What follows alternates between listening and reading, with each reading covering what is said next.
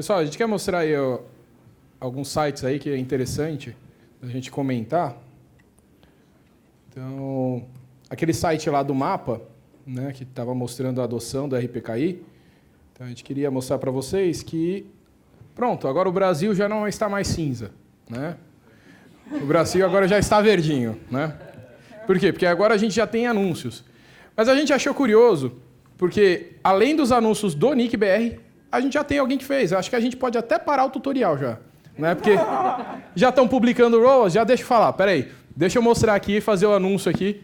Entra lá no FTP, lá, só para mostrar para vocês aqui. Então, pega do dia de hoje, lá, o segundo link. Então, que a gente está monitorando. Então, se você abrir ali para ver ali os RPKIs, então a gente já pode ver ali que tem os do NIC-BR. Então, a gente já não sei quem foi o primeiro além do NIC-BR. A gente tem ali a Universidade Estadual de Ponta Grossa, que já colocou ali os ROAS, já está publicando. Olha, ó. Nosso primeiro, os ROAS aí. Não sabemos se está correto ainda, né? Mas está aparecendo aqui. Então tá bom.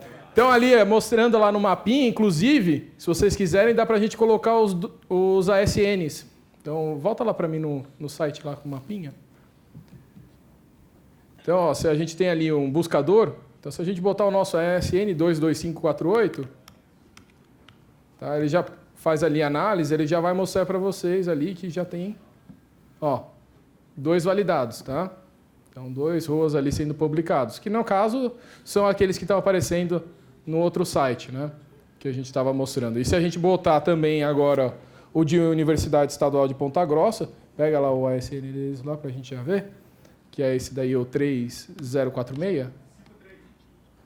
Também tem outro já, então. 53, Então aí, ó, já tem 14 aí, ó, né? 6 ROAS já verificados, né? Então, ó, parabéns aí, tá?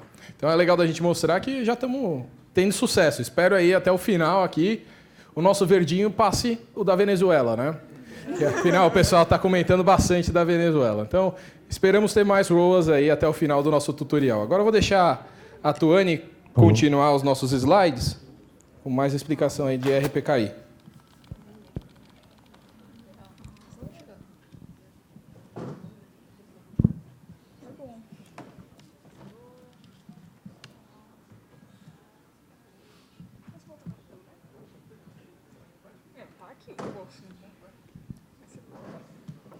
Vou ficar aqui.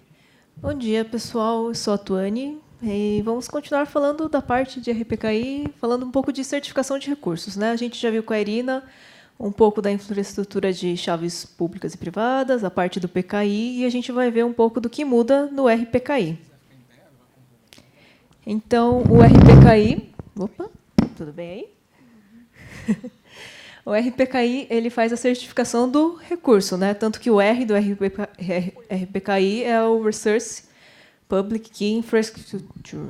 Então, ele vai certificar a autenticidade de IPs e ASNs. Então, como ele vai fazer isso, né? Como ela comentou ali atrás, a gente tem essa cadeia de hierarquia e no caso da distribuição de recursos, parece até assim bem razoável a gente lembrar que a gente tem os 5 HEREs, que fazem a distribuição, né, de IP e ASN para o pessoal. Então, é até uma escolha natural que eles sejam as CAs raízes desse sistema. Vamos ver. Não, é que assim, como essas entidades aí, os HEREs, são as detentoras dos recursos, né, nada mais certo do que elas que poderem ali dar uma validação, né, um certificado de que você está recebendo determinada designação. E aí, em cima dessa designação, você vai ter ali os seus certificados e vai poder validar através dos ROAS que você publique. Tá? Então, essa questão de distribuição de recursos numéricos é uma coisa que a gente já tem aí já faz um bom tempo, né? E muitas vezes a gente explica isso no curso. Tudo começa lá com aquela instituição chamada IANA, né, que mudou de nome também para PTI.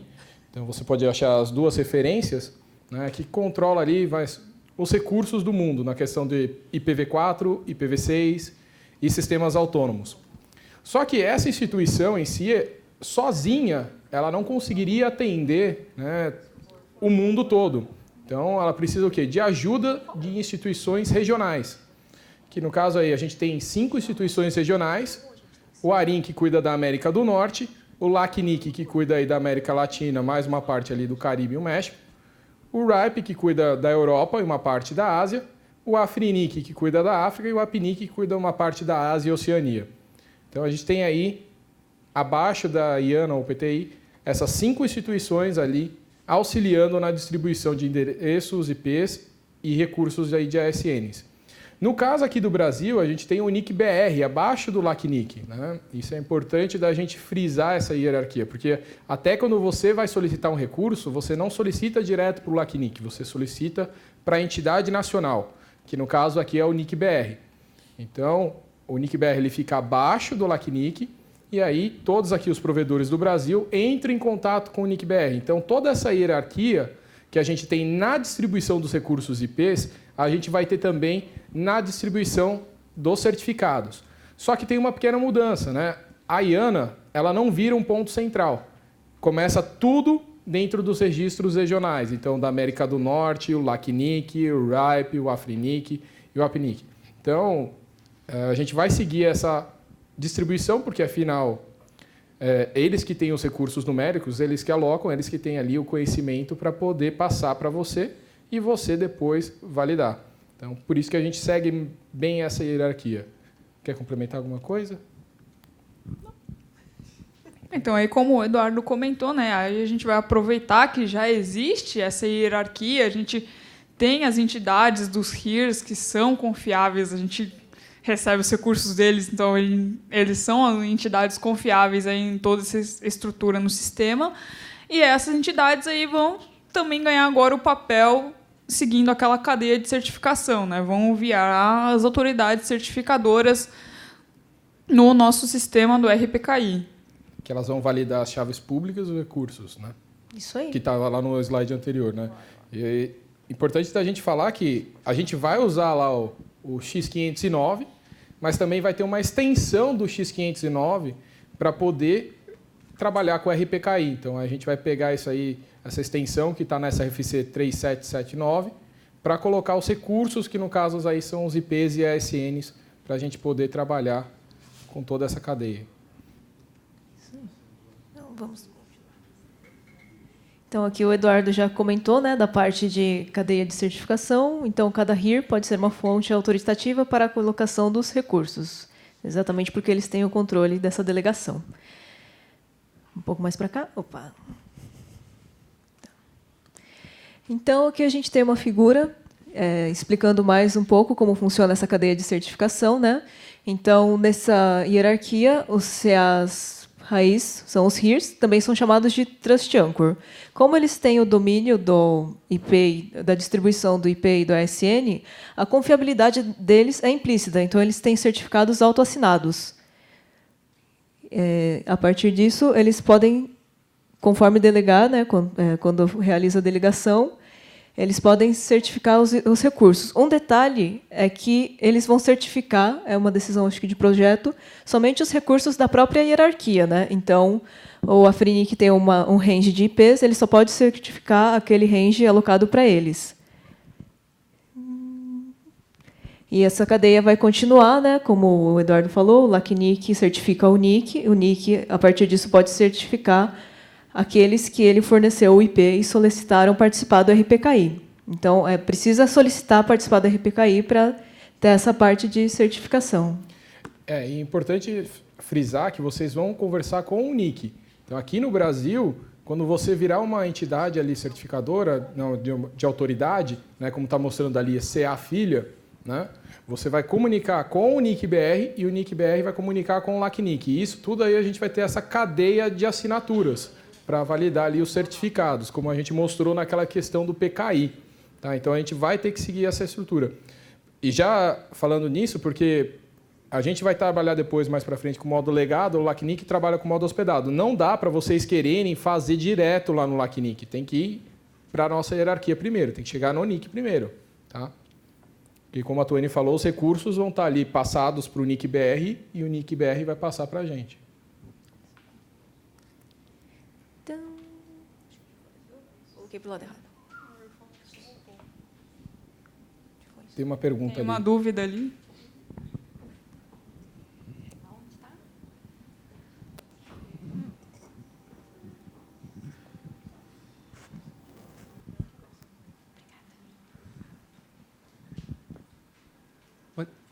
Bom dia, eu sou o Renato, do Exército. Dentro de uma autoridade certificadora, até na publicação do certificado revogado, tem todo um critério de que, por exemplo, de 6 em 6 horas, a autoridade ela tem que republicar a lista de certificados revogados e uma série de requisitos técnicos para ela ser considerada e ser aceita como uma autoridade certificadora. No caso do RPKI, em que as entidades serão autoridades filhas, quais seriam os requisitos e as necessidades para elas manterem o status de autoridade certificadora?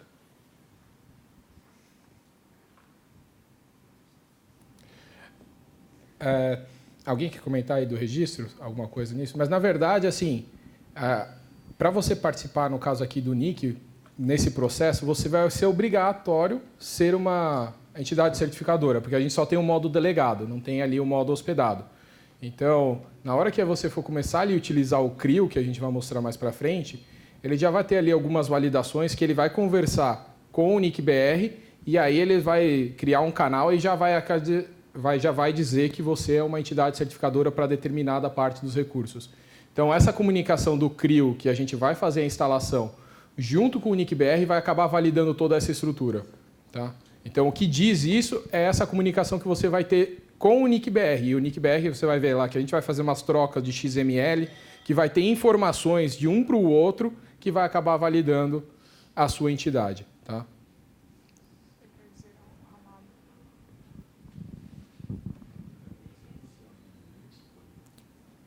Mais algum comentário? Então, acho que pode seguir. Então, dentro dessa cadeia de certificação do RPKI, é importante a gente saber que existem basicamente 2 tipos de certificações que a gente faz, né? A primeira parte é a certificação do CEAS, que é a certificação dos recursos. Então, é quando o NIC e a sua organização se comunicam, você recebe um certificado falando: eu sou o detentor desses recursos de IP, e eu tenho esse certificado garantindo que esses recursos estão autorizados. Ok. A segunda parte é a parte da certificação das ROAs, que elas também têm que estar certificadas. Então, os certificados das entities, que são as entidades finais ali na cadeia que a Irina mostrou. Opa, não, tenho que voltar muito mais do que eu pensava.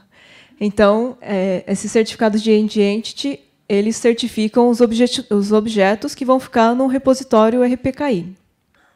Uma coisa assim que vale a pena ressaltar é que no RPKI, aqui a gente vê uma estrutura hierárquica e, no final, acaba na End Entity, né? Mas no RPKI, você é um CA e você gera certificados de End Entity. Você é os dois. Acho que isso é uma coisa importante a gente destacar. Deixa eu...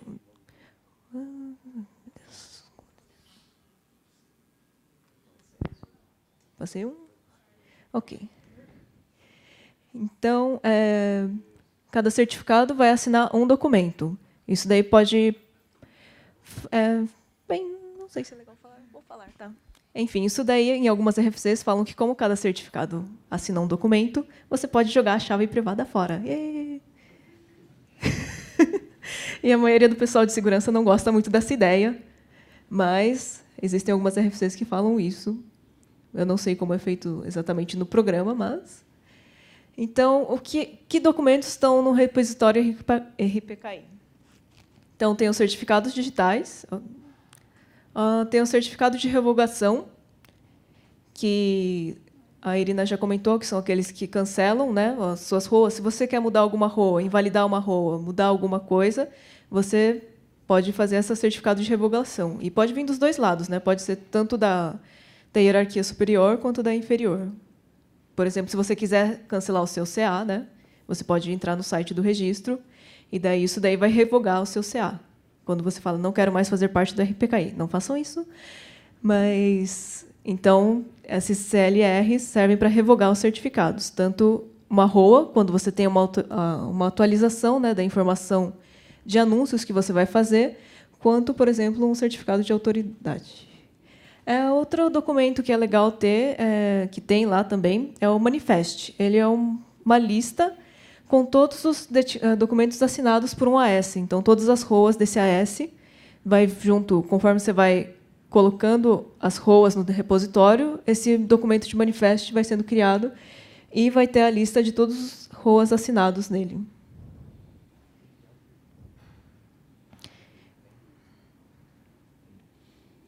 Então, com base nesse repositório, é que a gente vai utilizar as informações para realizar os filtros BGP. Vamos ver. Então, a gente pode agora ver um pouquinho mais sobre ROA. Quer adicionar alguma coisa, Eduardo? Não? Ok. Então, vamos lá. Então, o que é uma ROA? A ROA nada mais é do que uma autorização. Você é entidade certificadora,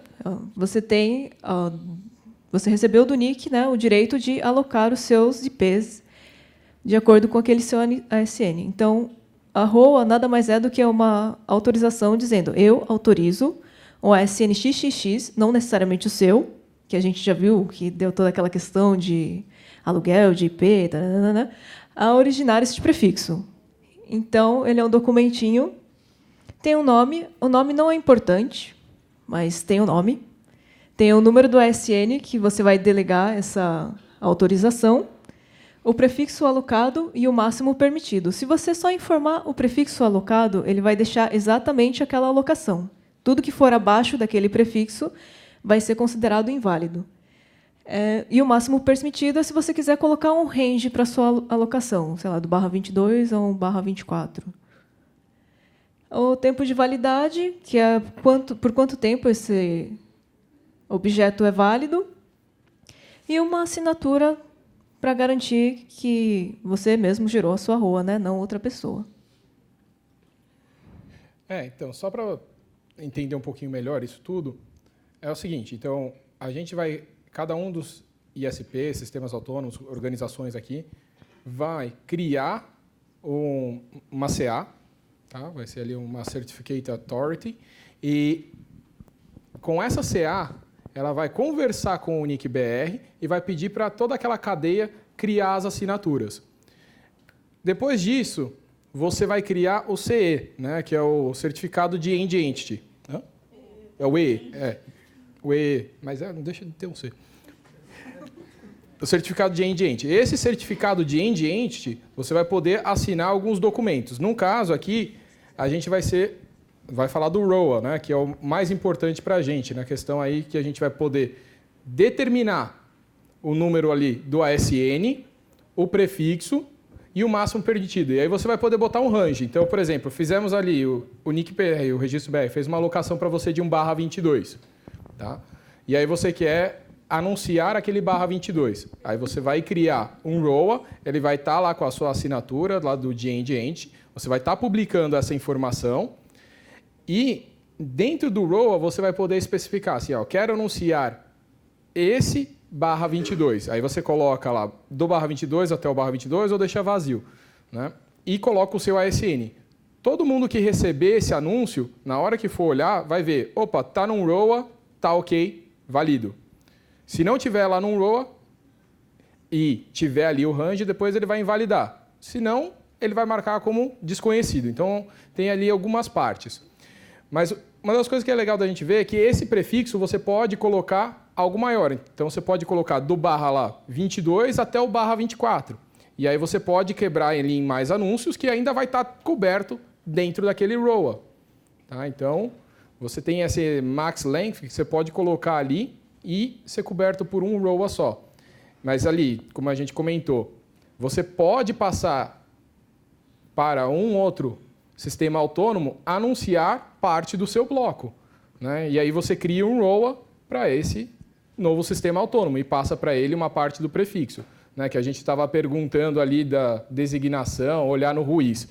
Uma coisa que é diferente, né? Quando a gente faz ali no RUIS a designação, né? A gente passa uma parte do nosso bloco para aquela instituição. Quando a gente está fazendo ali, por exemplo, passando uma parte de responsabilidade durante um ataque de negação de serviço por alguma outra instituição, com o ROA fica um pouco mais simples, porque você pode criar para mais instituições. A designação ela acontece para uma só. Enquanto o ROA você pode criar para várias instituições. Essa instituição pode publicar, essa outra. Então você pode comprar até de proteção de negação de serviço por várias instituições, tá? E aí permitir através do ROA que ela anuncie, filtre e mande para você via ali algum tipo de túnel, tá? Então é isso que precisa ver, que aonde está a informação do prefixo e o ASN vai estar dentro do ROA, tá? É isso que a gente vai criar e depois vai publicar, tá? E aí a assinatura vai toda aquela cadeia e aí quando alguém receber um ROA, ele vai verificar naquela cadeia se você é você mesmo e se você tem a validade para assinar aquele ROA, tá? Então, comentando aí um pouquinho em relação à parte, né, de você fazer um ROA para você mesmo ou para um outro. Aí, no caso, ali no campo do ASN, como a gente está falando, você pode colocar o ASN do seu sistema autônomo, mas você também pode colocar um de um outro. O importante é, ali no final, na assinatura, quem vai assinar aquilo é o dono dos recursos. Então, o bloco, aquele range lá que eu ganhei do NIC, eu quero delegar para um outro ASN, mas eu que tenho que assinar aquele certificado. Então, a parte aí dessa delegação está aí. Você coloca qualquer ASN ali dentro do documentozinho da ROA, mas a assinatura é do dono dos recursos.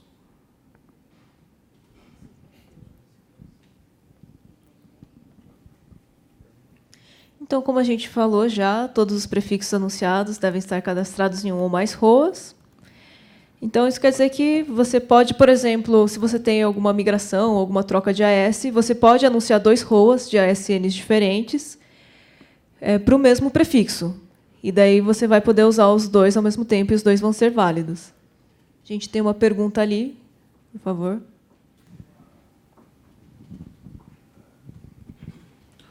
Numa situação que eu vendo trânsito para outros provedores, e aí essa galera está pouco se lixando para trabalhar do jeito certo.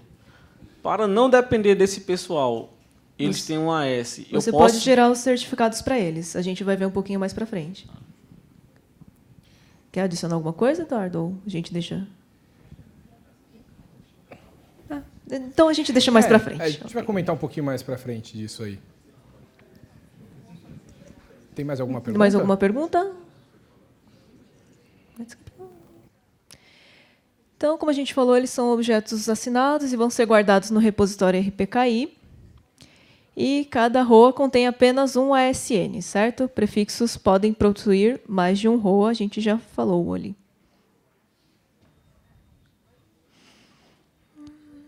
Então, a parte importante que o Eduardo já destacou antes é que as ROAs devem vir da organização responsável pelo recurso, né? Você não pode gerar uma ROA de um recurso que você não possui.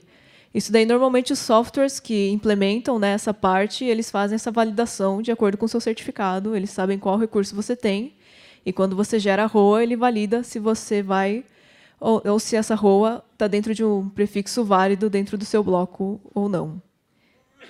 Então, essa ROA ela vai ser armazenada em repositórios públicos confiáveis. Os 5 RIRs já têm esses repositórios. O NIC-BR também vai ter um. E a gente vai ver um pouquinho mais para frente como vai ser esse processo de publicação. Essa daqui é a sua pergunta, né? E se uma organização quiser alocar seus recursos para outro AS? Então, no seu caso, você disse que os seus clientes não ligam muito para essa parte de segurança, então você pode gerar uma ROA para o seu ASN mesmo, ou para os prefixos que você delegou para aqueles ASNs, e não tem problema. Não, calma, tem... Plane, calma. O quê? Tá. Não teve se designação. Pode ser que os clientes deles são sistemas autônomos, tá? Então, se não você teve usar designação. Pera aí. Tá. Deixa ele complementar. Quer falar?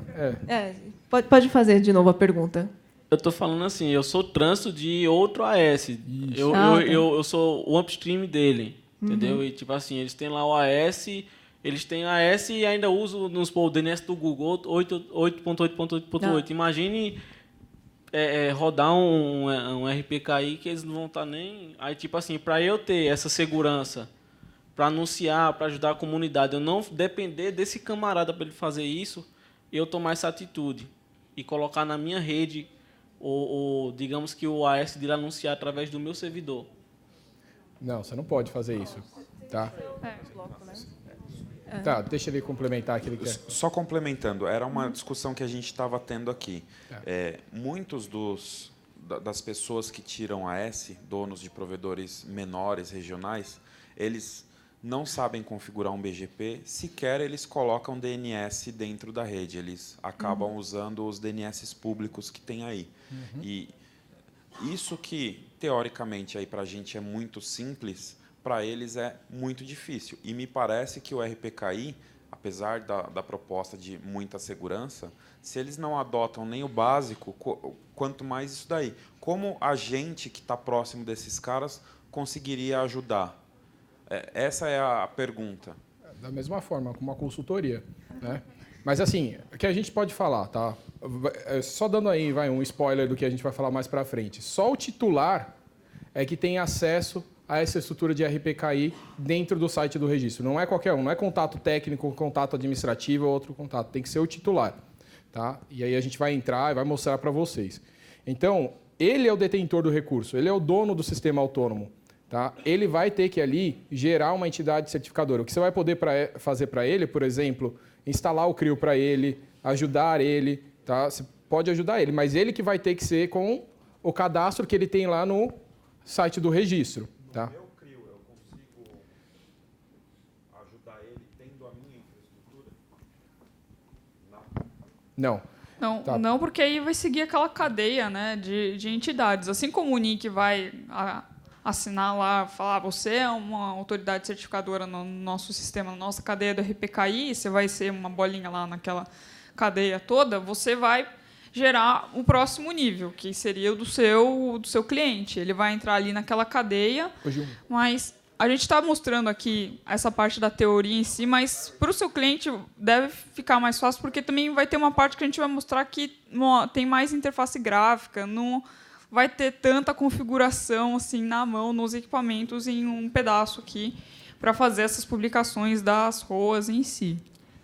Essa questão você vai acabar sendo ainda um consultor para eles. Tá? Você pode assumir uma instância do CRIO para eles e ajudar ele a configurar essa instância do CRIO. Tá? E você vai poder fazer toda a configuração ao lado dele. Mas ele ainda é o titular, é ele que vai entrar lá no site do registro e ele que vai colocar todas as informações para poder virar uma entidade certificadora. Porque, afinal, ele ganhou os blocos do NIC-BR. Tá? Então, a gente tem que ficar na hierarquia conversando com o NIC-BR. Se você repassasse parte do bloco, você poderia ser uma entidade certificadora no meio. Tá? Mas não é o caso do que vocês estão falando. Ele é um sistema autônomo e ganhou do NIC. Então, ele vai ter que passar pelo NIC, vai ter que conversar com o NIC. E aí vocês vão ter que ajudar eles. Tá? Então, ajuda ali na configuração do CRIO. A gente vai mostrar como fazer toda essa configuração. O pessoal está criando aí a interface gráfica para ficar mais fácil, a lagosta, né? Então, vai ajudar, né? A lagosta, né? Não? É, lagosta. Né? Ganhou um ok, hein? Então, vai ficar mais fácil, vai ficar mais simples.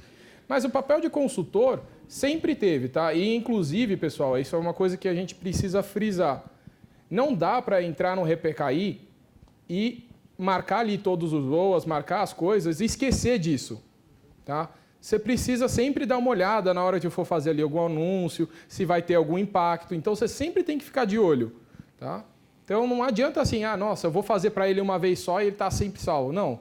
As coisas têm que ser sempre mantidas, tem que ter uma manutenção constante, uma observação constante. Então, nesse caso aí que você vai ser trânsito dele, você pode ajudar ele a fazer isso. Uma das coisas que você pode exigir em contrato, falar assim, eu preciso que você assine os ROAs para poder ali validar as coisas. Você pode também. Como a gente fala para o governo fazer na licitação, eu quero que você participe do RPKI, eu quero que você coloque os ROAs. Tá? E aí o papel do consultor sempre tem. Né? Se tem consultor para preencher o formulário lá do registro para ganhar IP, e cobra ali R$10 mil, R$5 mil para preencher uma folha, imagina para o RPKI. Né? Ó, eu sou consultor e não cobro isso para Cobra 2.000, né? Preencher nada, não. Quer deixar aí o número já? É de graça, então? Você é consultoria de graça? A partir de julho, tirar a SN vai ficar de graça. Ah, entendi. Só porque só tem IPv6, né? Você acha Deixa que eu a gente falar. não percebe, né? Deixa eu falar uma coisa pro amigo aí que comentou. Eu entendi o que você disse na minha apresentação ontem, eu ainda falei, e eu volto a falar aqui para quem está ouvindo a gente aí pela web. Gente, isso é ônus de ser um operador de um ESN. É o mínimo que você tem que saber, é como operar um RPKI. Eu não sei fazer, o Eduardo falou a palavra, não porque eu sou, mas paga um consultor para alguém fazer isso para você. Mas não precisa, é fácil, você mesmo pode fazer. É a mesma coisa de tirar um formulário SN. Ônus, você tem que saber, senão fecha o provedor e abre uma padaria. É. Afinal, você virou provedor, você tem que saber dirigir carro, senão você não vai comprar a Hilux, né? Justo, né? Não, mas vai, tirando o papel do consultor, vamos mudar. O NIC-BR vai colocar o RPKI nos treinamentos, então toda aquela agenda que eu mostrei no próximo ano, a gente vai falar sobre RPKI, a gente vai estar ajudando, tá? Não precisa ficar assustado, a gente pega na mão e ajuda, né? E faz o IPv6 também, já aproveitando, né? Tem que sempre fazer esse cutucão aí, porque tá difícil, meu. Pode falar. Bom dia. Pensei que você estava online. Eu estava. Estava assistindo até chegar aqui. Essa questão aí que foi perguntada embaixo, onde nós estávamos discutindo lá após as apresentações sobre RPKI, até foi uma boa discussão e me corrijam se eu estiver errado. Como o NIC vai estimular o uso do Delegated, em analogia, é mais ou menos como funciona no registro de domínio. Então, o detentor do domínio ele tem que ir até o site do registro BR e ele tem que dizer qual é o endereço do servidor autoritativo. Então, vai funcionar igual nesse caso para os ruas. Então, ou você tem uma infraestrutura dentro do teu provedor, né, rodando o CRIO, por exemplo, e você vai assinar os ruas lá, e aí o consultor, o teu trânsito, ou quem seja te ajuda a subir essa infraestrutura, ou, futuramente, acredito que haverão...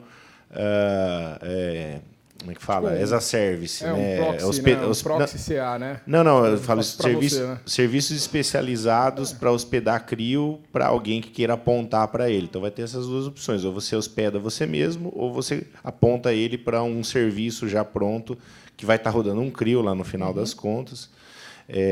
Mas é aquilo que você falou, só o detentor do recurso que vai ser capaz de apontar, ou fica na minha própria infraestrutura, ou fica dentro de um provedor de CRIO.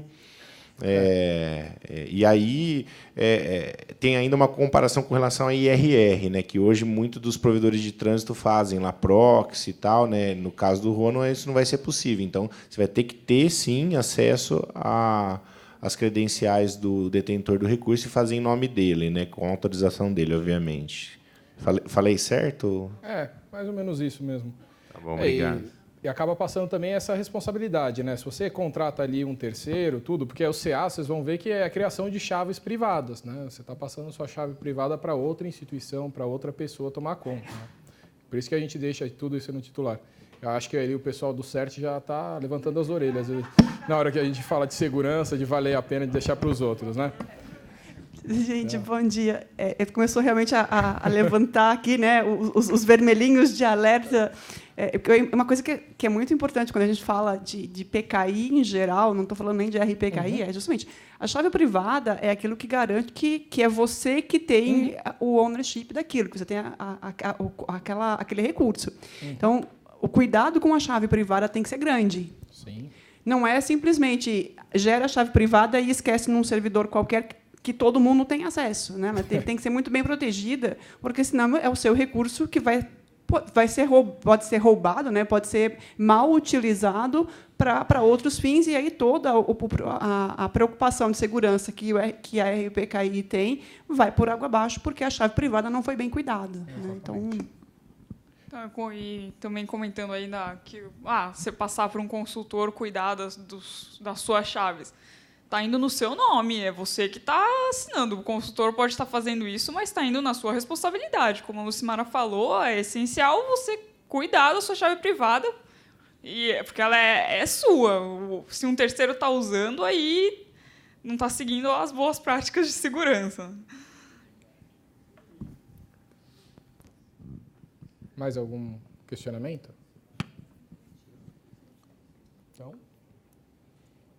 Então, vamos continuar aqui. Eu tinha entendido a questão dele errada mesmo. Nesse caso aqui que a gente ia explicar é quando você pode delegar o seu designar parte do seu bloco para um terceiro ASN. Não é muito comum no Brasil, mas no exterior parece que é bastante comum. Então, nesse caso, como você é o responsável original dos blocos IPs, você pode gerar uma ROA para esses IPs, designando para o outro ASN. Ou você pode fazer com que ele entre também nessa cadeia de certificação e ele se torna uma CA, com você sendo o pai dele, um CA pai, e você subindo para o NIC e do NIC para o LACNIC, seguindo a cadeia. E daí, nesse caso, o ASN que recebeu seus recursos geraria a própria ROA, né? Então, se existir essa ROA para o prefixo, a origem da rota é validada. E uma questão que a gente vai, acho que, destacar bastante aqui, eu não consigo aceitar o pointer aqui. Publicar uma rota incorreta é pior do que não publicar. Então, se for para fazer errado, não faça. Exatamente, não faça. E aqui também a parte, né? Olha só, acabei de vir aqui no tutorial do NIC, vou fazer meu RPKI, vou criar todas as minhas ROAs, daí passa um ano assim, mudei minhas rotas, daí, não está indo, o que está acontecendo com o meu BGP? E você esqueceu que você fez esse tutorial.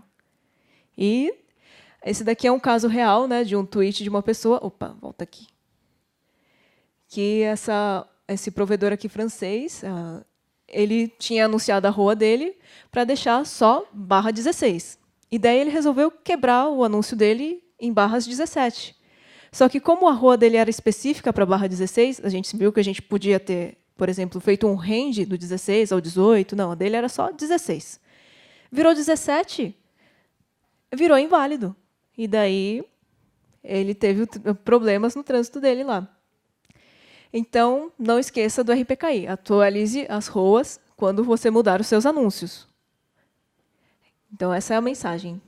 Ou quer adicionar? Esse foi um caso de que acontece. Então, se você precisa, quando você faz o ROA, você tem que dar manutenção nela. Você tem que lembrar, estou criando um anúncio mais específico. Ele está dentro do ROA lá que eu fiz? Ele está dentro do range? Se ele estiver dentro do range, ok, você vai acabar não precisando fazer mais nada. Agora, se ele não tiver, você vai precisar, porque senão o seu upstream pode filtrar. E aí, se ele filtra baseado ali no ROA, porque ele não existe, vai mostrar para você o quê? Que é inválido. Nesse caso, ele tinha lá um ROA para o /16 e divulgava /16. Em determinado momento, ele quis fazer alguma influência de tráfego e divulgar /17, só que não estava coberto no ROA.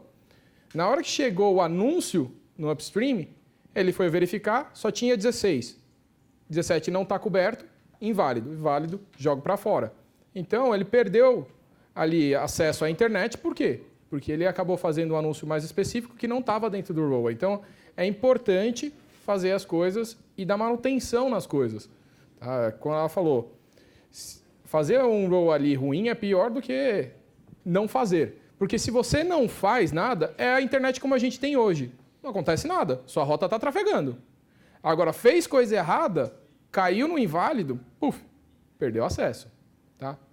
Mas nada que você faça uma publicação não arrume. Né? Tipo, não precisa assim, entrar em desespero, tenho medo de ROAs, então não vou fazer nunca. Tá? Mas é importante assim, ter noção do que você está fazendo. Então, agora a gente vai falar um pouquinho sobre os modos de operação no RPKI. Existem dois modos, né? Hospedado e o delegado. O delegado é o que a gente vai ver no NIC. O modo hospedado, um exemplo é o LACNIC, mas todos os HEREs oferecem o modo hospedado. Então, qual foi o objetivo do modo hospedado? Né? O modo hospedado foi uma maneira de incentivar as pessoas a adotarem o RPKI, porque nela, basicamente, o HERE cuida das coisas para você. Então, o que você vai fazer é vou acessar um site. E por baixo dos panos estão acontecendo toda aquela parte de criptografia, né? De geração de certificado, mas você não vê nada disso. Você fala, quero criar uma entidade certificado de autoridade. Criei. Ok, agora eu vou... Ele lista para você os seus blocos de IP. Ok, tenho esses blocos, posso criar uma ROA. Criar. Então, participante é uma coisa muito tranquila, assim, né? Só que tem um outro lado, né? Tudo bem, vou criar 5 ROAs. E agora eu sou um cara muito grande. Muito grande. Preciso criar 1000 ROAs. Daí eu tenho que ir lá no sistema e criar 1000 ROAs uma por uma. Talvez tenha maneiras de entrar... Acho que hoje em dia... Oi? Perdão. Acho que hoje em dia, né, deve ter maneiras de você entrar, talvez, com um arquivo de texto. Eu não tenho muita certeza de como funciona o sistema hospedado se você quiser subir várias ROAs de uma vez. Mas, no início, devia ser bem chatinho para quem tinha muita coisa. E aqui na OSN depende do HERE para realizar todas as suas ações de RPKI. Outra coisa também é que, se você tiver blocos delegados por vários HEREs, você vai ter que entrar no site de cada um, vai ter que virar a entidade certificadora de cada um, gerar um certificado de autoridade para cada um e gerar a ROA para cada um deles e entrar em 5 websites diferentes para fazer isso daí. Então, esse daqui está no nosso... Estou andando. Esse daqui está na nossa figurinha explicando, né, passo a passo. Então, o usuário vai acessar a interface do HERE, vai fazer uma solicitação para o HERE para virar um certificado de autoridade. O HERE vai gerar esse par de chaves. E, nesse modo, quem controla as suas chaves é o próprio HERE. Então, você não fica nem com as chaves, né? E daí ele vai emitir o certificado, e daí você tem os certificados vão para um diretório. Esse é o caso do LACNIC, né? O LACNIC ele faz hospedado, os outros RIS fizeram hospedado, começaram com esse modo, até por ele ser mais simples. É o que você estava aí comentando. Meus clientes não têm tanto conhecimento, então basta ir lá na interface gráfica e fazer como se fosse o Windows, né? O NNF, né? Next, Next, Finish, né? Clica, clica, clica, ou o inbox, né? Quase um inbox ali. Clica, clica, gera a chave, já publica o role e faz tudo certinho. Só que agora a gente não tem isso no NIC-BR. Foi anunciado ali, o Fred marcou lá no GTR que vai ter esse hospedado, mas ainda não está no roadmap, mas mais para frente vai ter. Por enquanto, a gente está com o modo delegado. O modo delegado, pelo menos, ele te dá o quê? A oportunidade de você ter a sua chave privada, você cuidar da sua segurança, tá? Ao invés de deixar essa responsabilidade para uma outra instituição, que no caso aí é o CIRS. Você deixaria para a gente essa responsabilidade, deixaria para o NIC-BR. Não que não seja confiável, né? Mas ter todas as chaves concentradas em um lugar nunca é bom. Então, e aí a gente acabou optando ali pelo modo delegado. Depende. Tá? Você quer adicionar? Não. Então, a gente acabou optando por esse modo delegado em vez do hospedado. Mas, como falaram, mais para frente a gente deve ter esse modo hospedado. Mas, por enquanto, você vai ter que criar ali uma CA para entrar nesse mundo aí do RPKI. Tá? Você não vai poder deixar essa responsabilidade aí com o NIC-BR. E, muito menos, não vai dar tentar furar assim, vou tentar ir pelo site do LACNIC. Não dá. Tá? É que você vai ter que conversar com o NIC-BR, com o registro BR. Tá? Então, você vai ter que conectar no RPKI pelo NIC, porque vai seguir aquela hierarquia, né? Então, o LACNIC já repassou os recursos aqui para o nível do NIC, e aí o NIC vai repassar para você. Você não vai conseguir subir sem passar pelo NIC-BR. Não dá para fazer direto lá com o LACNIC, por causa da estrutura mesmo, de como está essa hierarquia aí da distribuição dos recursos numéricos. Então, como o Eduardo comentou e enfatizou, né, você vai ter que fazer seguindo o modo delegado, mesmo que o LACNIC use o modo hospedado. Então, agora a gente vai falar um pouquinho do modo delegado, que é o que o NIC usa. Então, a ideia do modo delegado... Oi, temos perguntas ali.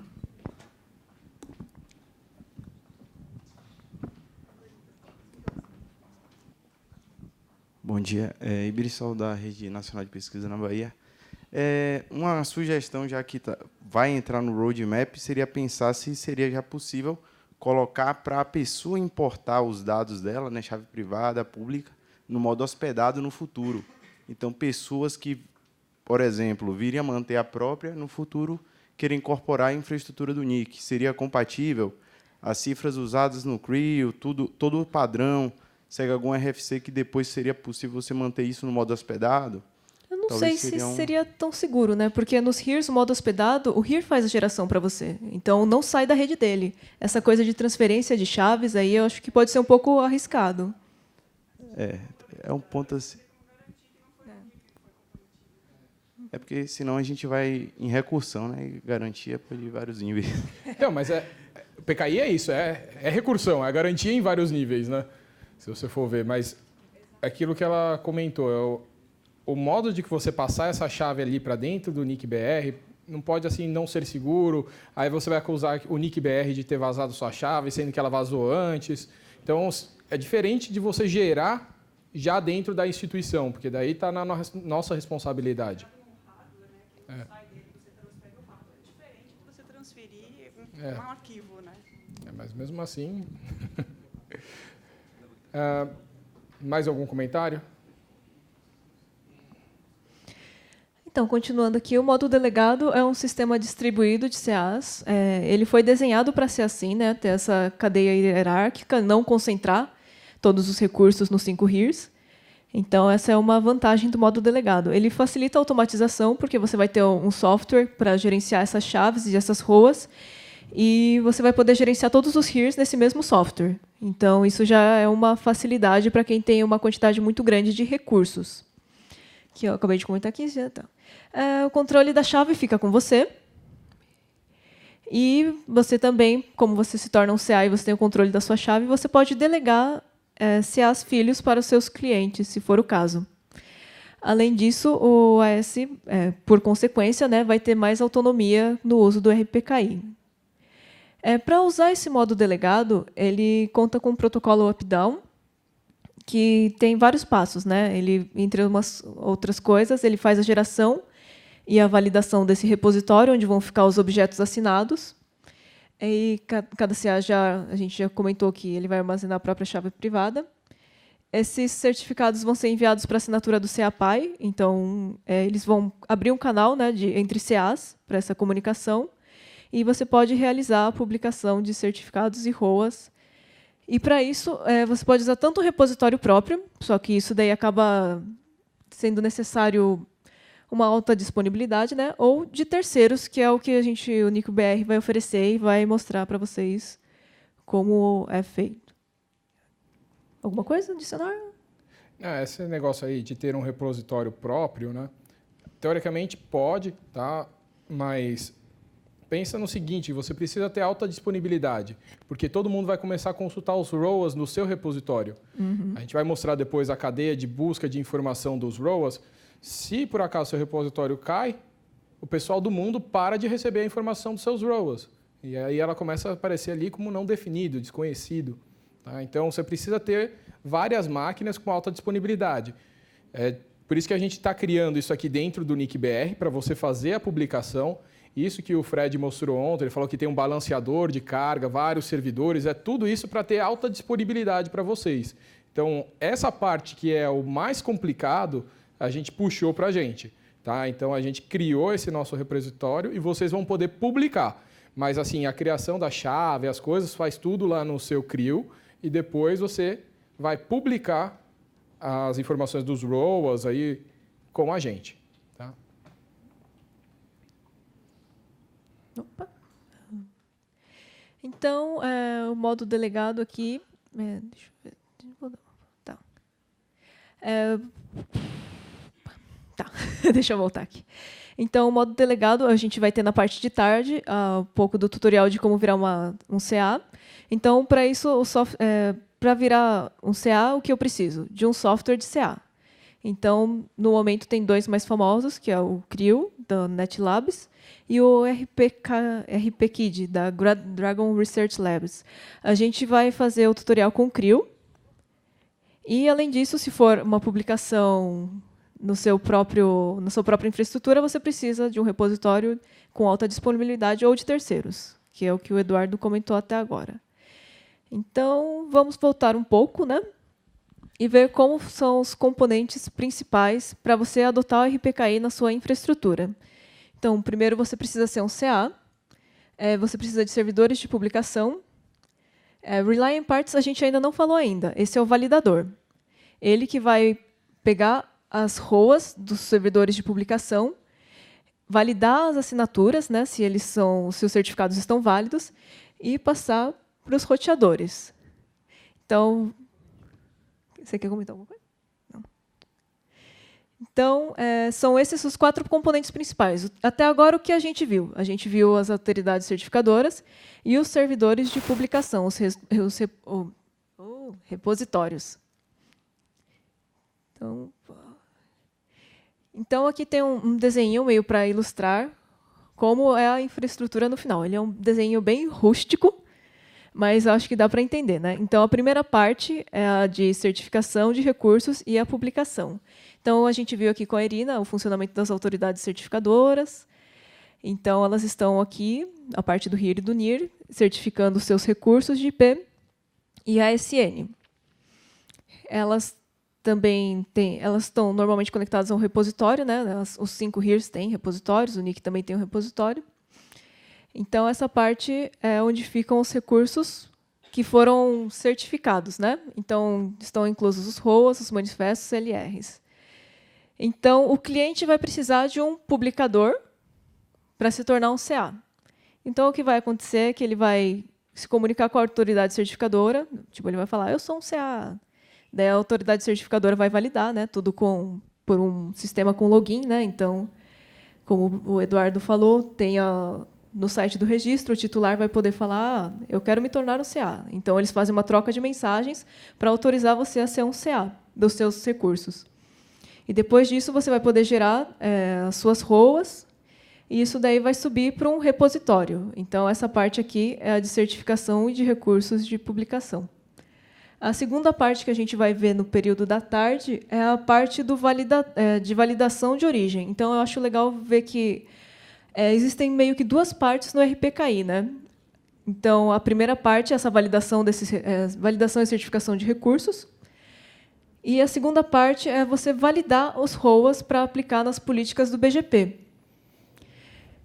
Então, se, por exemplo, a gente vai mais para frente ver quais equipamentos têm suporte ao RPKI. Meu equipamento não tem suporte ao RPKI. Poxa, mas isso não me impede de cadastrar minhas ROAs. E outras pessoas que têm o RPKI, um equipamento com suporte ao RPKI, podem instalar e validar suas ROAs, mesmo que o seu equipamento não tenha. Daí, no futuro, ou o suporte vai ser adicionado, né, com sorte, ou você troca de equipamento, né? Poxa. Então, só para recapitular um pouquinho, a gente dividiu essa parte aí sobre o RPKI em 2. Uma que a gente vai comentar aqui agora, da parte aí de fazer as certificações, né?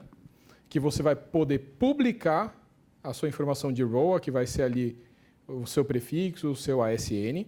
Tá? Isso já vai te trazer vantagens. Por quê? Porque aí vão deixar de roubar o seu prefixo. Tá? Por quê? Porque vai estar publicado que só você vai poder anunciar aquilo. Então, você já ganha um benefício. Essa é a parte que a gente vai fazer agora do CRIO, que vai bastar você ter ali um servidor. Inclusive, eles comentaram que poderia subir isso daí no Raspberry Pi, não precisa ali ser um grande servidor, é uma coisa simples. Tá? E você já ganha essa vantagem de ninguém roubar mais ali os seus prefixos. A segunda parte, que ela comentou, é a parte da validação, que aí você vai pegar dos anúncios que você recebe e vai validar para ver se estão ok. Aí você vai deixar de receber informações incorretas de alguém que roubou o prefixo de terceiro, que é a segunda vantagem. Tá? E aí você vai ter que instalar uma outra ferramenta que a gente vai comentar, do Routinator, que vai conversar com o roteador, tá? Para poder fazer essa validação. Só que nem todos os roteadores estão preparados ainda para conversar com esse Routinator ou falar através desse protocolo, tá? Com outra ferramenta. Tá? Então, são 2 partes que você vai ganhar ali benefícios em ambas. Tá?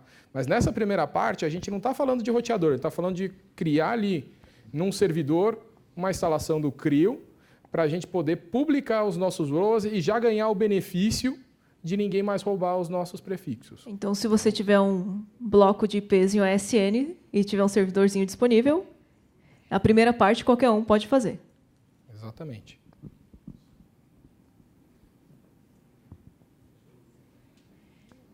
Então, aqui tem um pouco do que eu já falei, né? Qual é o papel da organização detentora dos blocos IPs no RPKI. A primeira parte é de certificar recursos. Opa, ponteiro. Então, eles são CAs dos próprios recursos, eles podem gerar e assinar ROAs, e eles têm que disponibilizar essas ROAs, né, em um repositório público acessível por qualquer um. A segunda parte, que a gente vai entrar no período da tarde, vai ser essa parte de validação do originador do prefixo no BGP. Então, se você colocou sua ROA lá na primeira parte, os outros que tiverem configurado um validador comunicando com um roteador que fala RPKI, vai poder fazer essa segunda parte de validar o originador do prefixo. Então, o que o validador vai fazer? Ele vai verificar essa validade dos objetos assinados. Deixa eu voltar a figura aqui. O validador valida essa... ficou estranho, né? Validador valida, mas... Ele valida os objetos assinados. E daí ele se comunica com um protocolo. Tem aqui. Ele se comunica utilizando um protocolo entre ele e o roteador. E daí ele vai enviar essa informação simplificada, né, dos ROAs para o roteador.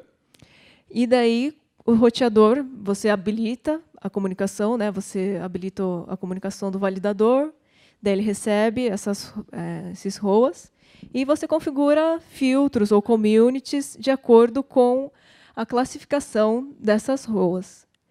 Então, aqui, né, utilizar os dados do RPKI para decisões de roteamento, como filtros e communities.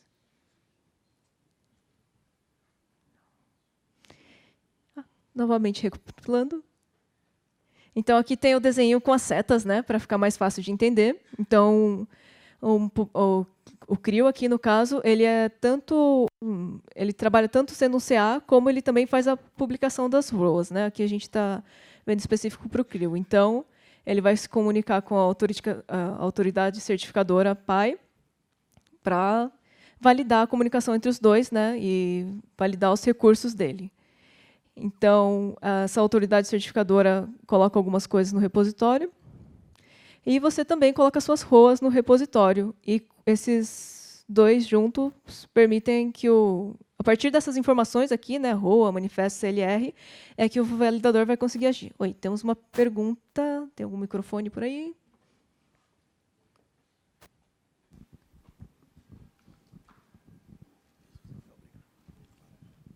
Opa, Gondim Netcell. Eu não sei se, de repente, estou até pedindo um spoiler, né? Mas, por exemplo, com relação, por exemplo, ao Routinator, né? Para fazer a validação para os routers, né? Essa comunicação do Routinator com os routers, isso aí vai ser alguma coisa padrão? Ou, por exemplo, cada router vai ter uma implementação de um Routinator da vida? Existe um protocolo de comunicação padrão entre os validadores e os roteadores. Tá, então eles usam esse protocolo para transmitir. Vão ser compatíveis, no caso. O roteador tem que ser compatível com esse protocolo, na verdade. Sim, beleza. O RTR, né? É o Router to RPKI. RPKI to Router. RPKI to Router. Dá na mesma no final. Mas é padronizado isso daí. Por isso que nem todos os roteadores aí vão conseguir conversar com nenhuma das ferramentas, porque não implementaram esse protocolo, tá? Esse modo de conversa. Tá bom? A gente vai chegar a mostrar uma listinha. Tá?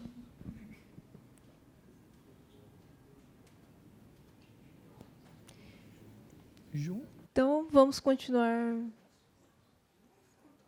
Quer falar um pouco do CRIO? Quer que eu fale? Alô, alô? Testando, então, a gente vai continuar falando um pouquinho sobre o software, que é o CRIO. Tá ok o seu microfone? Alô? Som? Tá. Acho que tá ok. Então, bom dia, pessoal. Quase boa tarde. Para quem estava ontem, né, no GTR... eu sou o Thiago, né, para quem não sabe. Para quem estava ontem no GTR, vocês viram, né, a apresentação do Alex, da NLNet Labs. Eles falaram um pouco do CRIO. Né? Então, qual que era a ideia? Né? Por que, no fundo, tá, o RPKI, né, no Brasil está saindo só agora?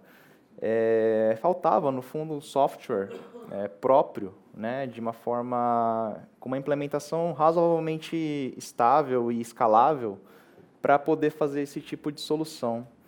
Quando o RPKI ele foi desenvolvido, não era pensado, né, nesse modo hospedado, no fundo, que é o que a gente quer. Né? O cara vai lá só na interface web, gera todas as ROAs ali, gera os certificados ali e acabou. Né? No fundo, não era para ser desse jeito. Acabou sendo desse jeito por conta das limitações de implementação.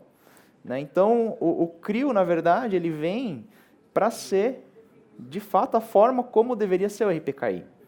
Né? Então, assim, é mais prático, né, da outra forma, como os outros RIRs fazem? Sim, é mais prático. Né? Mas não é assim que o RPKI foi feito para ser. Né? Então, a ideia, né, quando a gente fala aqui do CRIO, é que esse, de fato, é o software, né, uma das primeiras implementações que a gente tem, tá, para fazer, né, esse tipo de gerenciamento de CAs, geração de ROAs, né, por conta própria. Tudo bem? Como o próprio Alex falou, né, parece que é algo complicado, né, pelo próprio mecanismo da RPKI, mas vocês vão ver, a gente vai fazer aqui, né, um passo a passo, tá? Não é tão difícil assim. Tá? Por quê? Porque grande parte, né, desses mecanismos, né, de geração de chaves, de validação e tudo mais, isso já é inerente do próprio mecanismo do CRIO. Né? Então, a parte de você ter que gerenciar, né, a validade de certificados, né,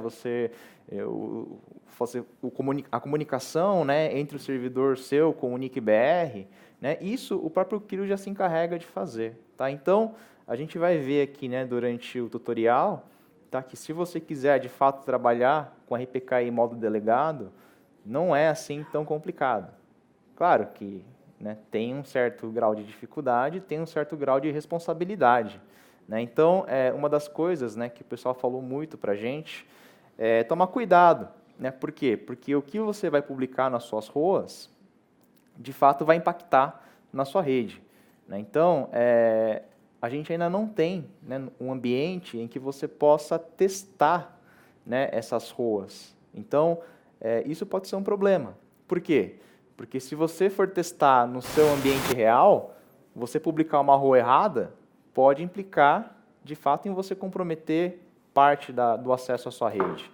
Tá? Então, nesse tutorial, tá, a gente não vai ter como vocês fazerem ao mesmo tempo, né, a não ser que vocês queiram acompanhar junto, tá? Mas assim, a gente não tem um ambiente de teste, né, para você poder publicar as suas ROAs. Pode falar.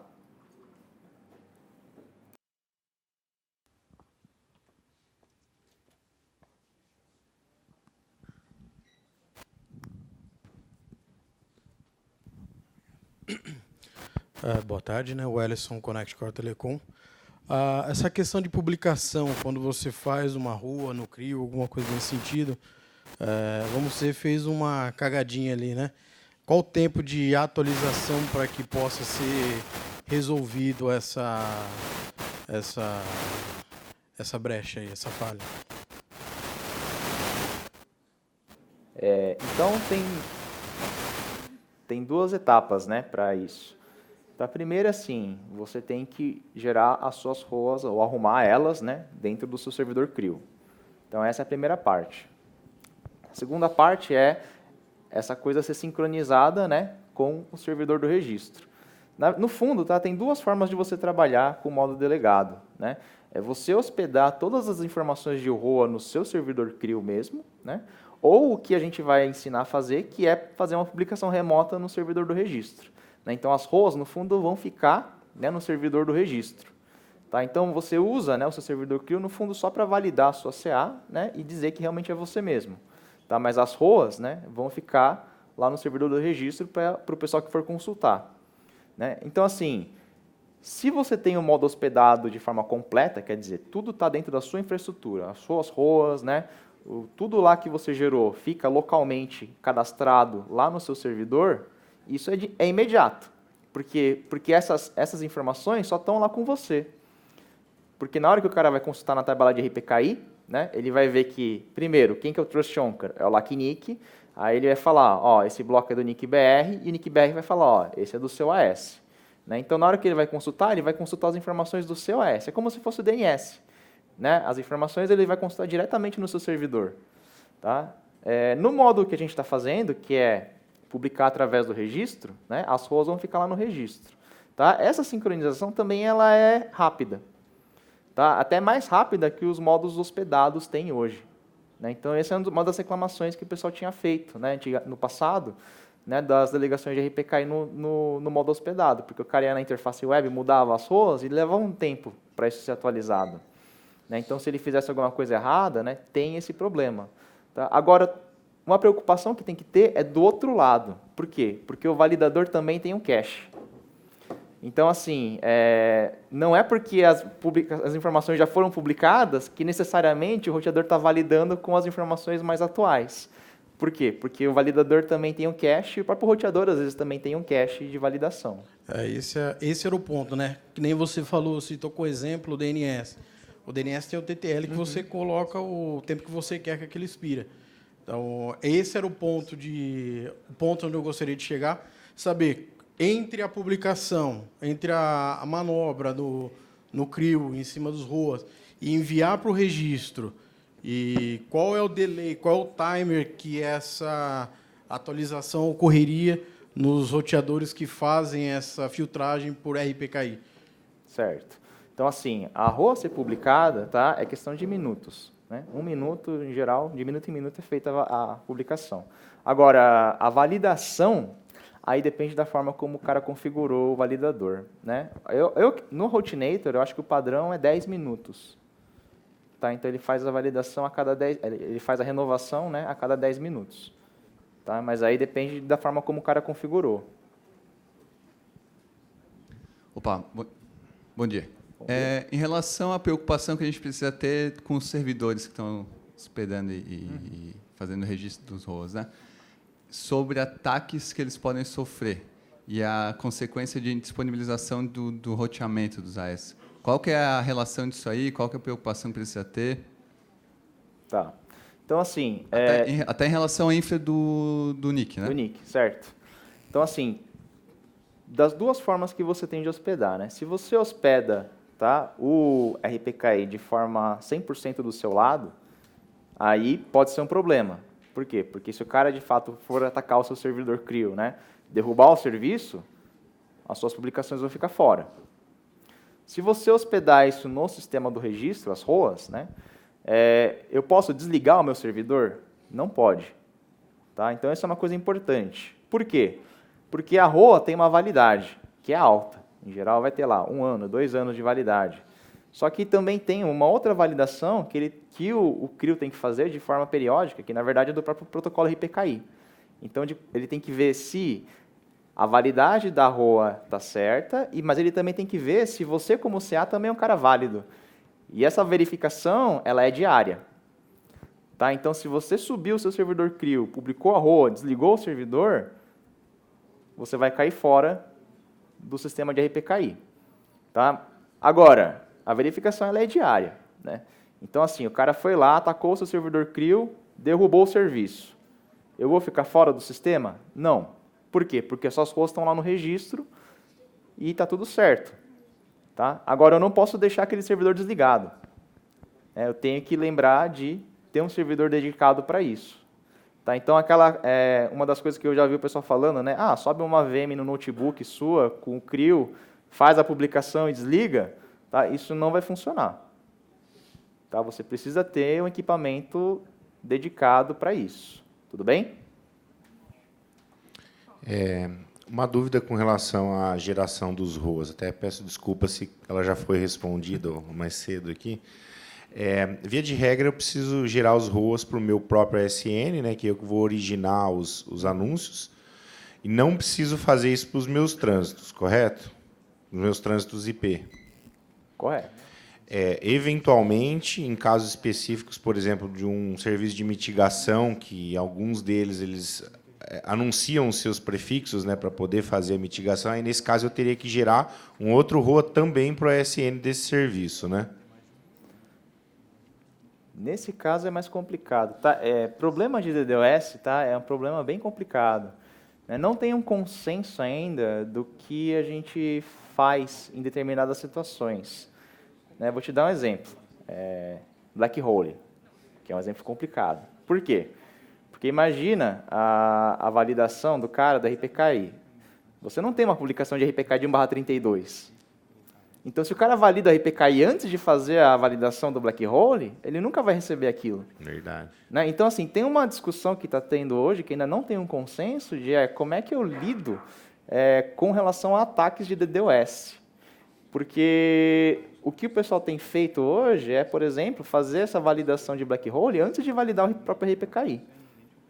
No caso desse serviço, eu citei só como exemplo, mas tem outras situações que outros ASNs podem anunciar o teu prefixo, né? E que não é aluguel de IP também, né?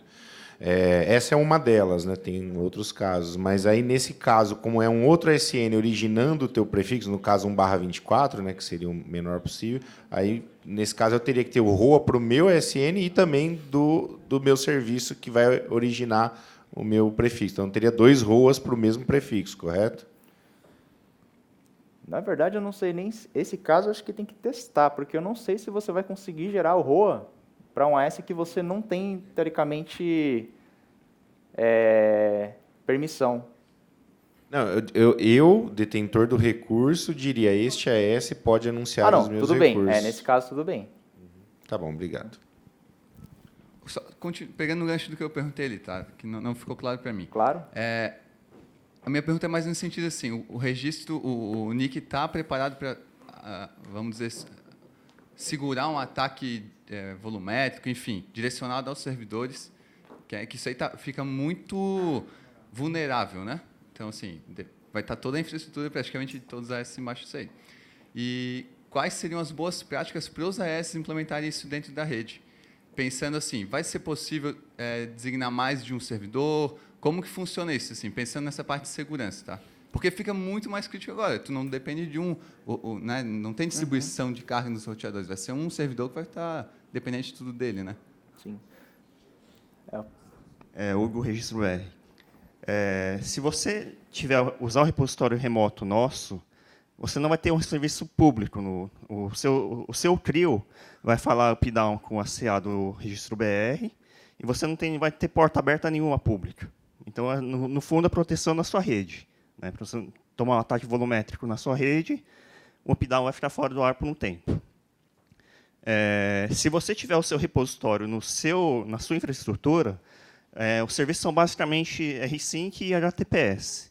E aí são as boas práticas de proteção desses serviços. Vai ser possível designar mais de um servidor? Como que funciona isso? Então, o que a gente tem feito é colocar o nosso serviço de publicação remota atrás de balanceador. Né? Então, a gente tem balanceador em 2 sites e o serviço rodando nos 2 sites também. E ataque volumétrico é tratamento Hugo, do mesmo jeito que a gente faz aqui no NIC-BR, ele pode replicar também. Então, a gente também usa o CRIO do nosso lado. A gente é um CA intermediário. Se você virar também um CA intermediário, ou se você quiser aplicar a mesma coisa de fazer balanceamento de carga e colocar em múltiplos servidores, você também pode. Aquilo que o Fred mostrou, você também pode aplicar, tá? Para conseguir ter maior confiabilidade.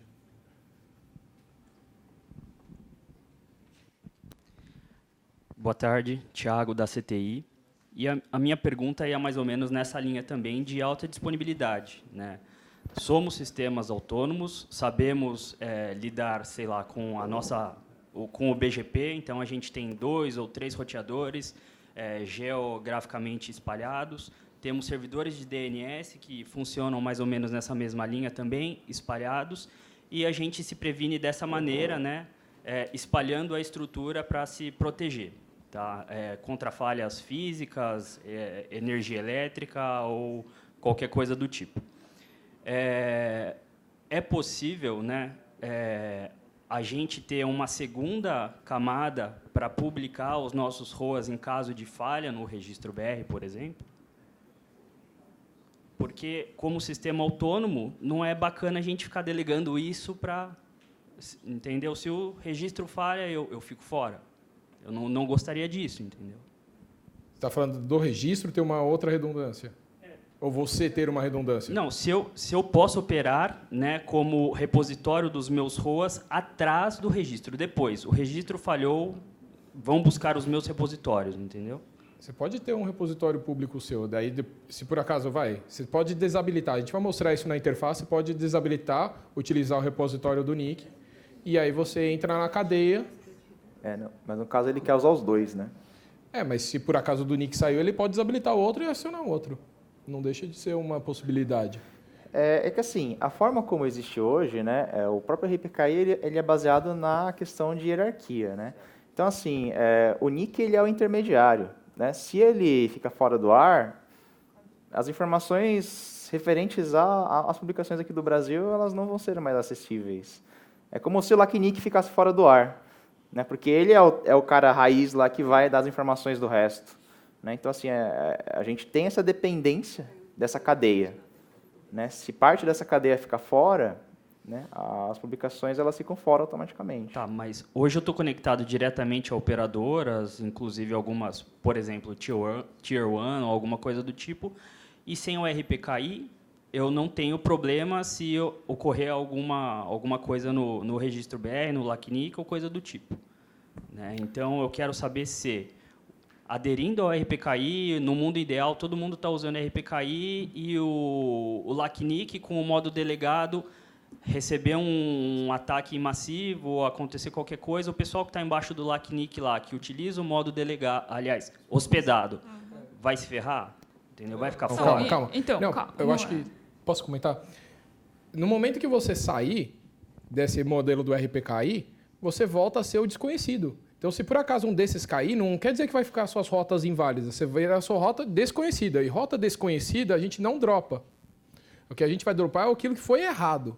Tá? Então, se por acaso alguma dessas coisas aí de publicador cair fora, você fica desconhecido. Então, não tem problema. Volta à internet como a gente tem hoje. Ninguém está usando RPKI hoje. E está funcionando. Tá? Então, tirando a Universidade Estadual de Ponta Grossa e o NIC BR, vocês não estão usando o RPKI e está funcionando. Então não precisa ficar com medo. Se por acaso cair, não vai invalidar. Tá? Ô, Pedro, é Gondinete Tel. Só uma duvidazinha. No caso, por exemplo, do repositório, né? Estando lá no NIC BR, ele comentou, né, que se a gente desligar lá o sistema, ficar fora durante o tempo, vai perder a validação de CA. Né? Nesse caso, né, se, por exemplo, acontecer algum problema no sistema, alguma coisa, ficou muito tempo fora, isso vai gerar de a gente se tornar desconhecido ou por as ROAs estarem lá no NIC, mas eu não consegui validar o meu CA se eu passo a ser inválido. Não, então, vira desconhecido. Não, ele não vai tornar inválido. Ele não vai conseguir consultar. Perfeito. Ele vai falar, bem, eu não consegui verificar, então eu não posso dizer nada, eu não sei. Beleza. Então, se vira desconhecido, fica o caso que o Eduardo falou, volta o que a gente tem hoje, para quem ainda não está usando RPKI, fica no mesmo estado. Gente, a regra de bolo é assim, só dá para ter rota inválida com o ROA válido. Se o ROA está inválido, ele não tem como invalidar uma rota. Tá? Só ROA válido consegue invalidar uma rota. Tá? Então, se você sair do sistema RPKI, se as ROAs morrerem, se o seu CRIO der pau, não vai invalidar nenhuma rota. Tudo bem? Então, ele só vai afirmar com certeza essa rota é inválida se ele tiver essa certeza que a rota é inválida. Se ele não conseguir verificar essa informação, ele não vai afirmar isso. Ele vai falar, eu não sei. A única forma de você se ferrar é se você anunciar a ROA errada. É por isso que a gente falou, entre fazer o RPKI mal ou menos e não fazer, é melhor não fazer por conta disso. Porque a única forma de você ser prejudicado é você anunciar a ROA errada.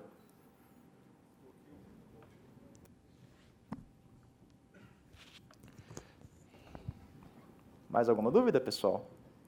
Tem a do Christian?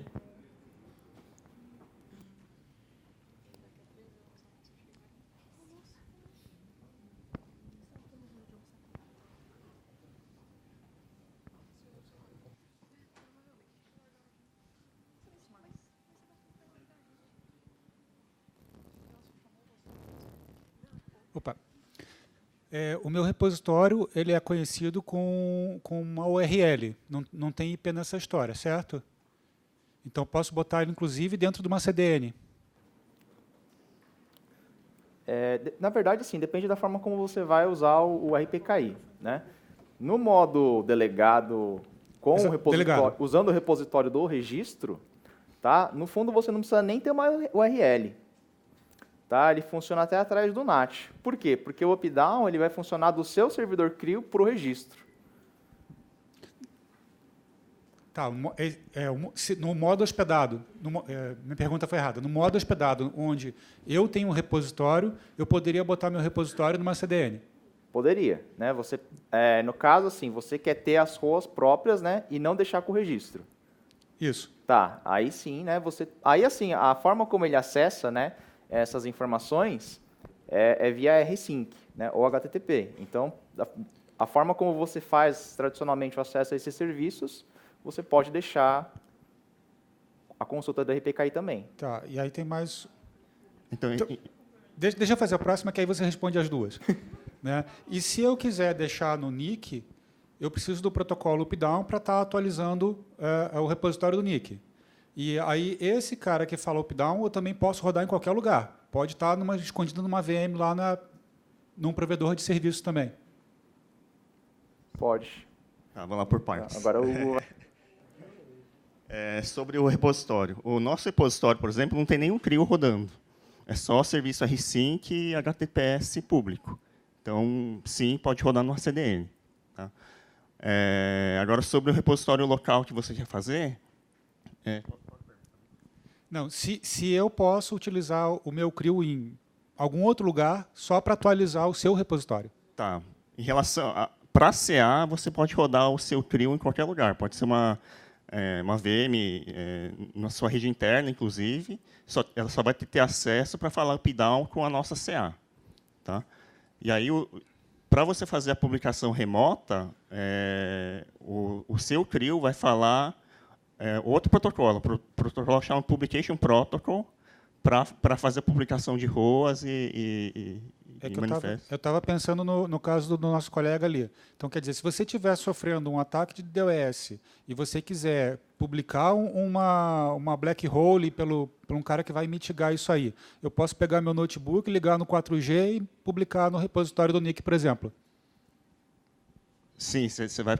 Sim, sim. Se você já tiver o CRIO lá configurado, tudo certinho, né? Beleza.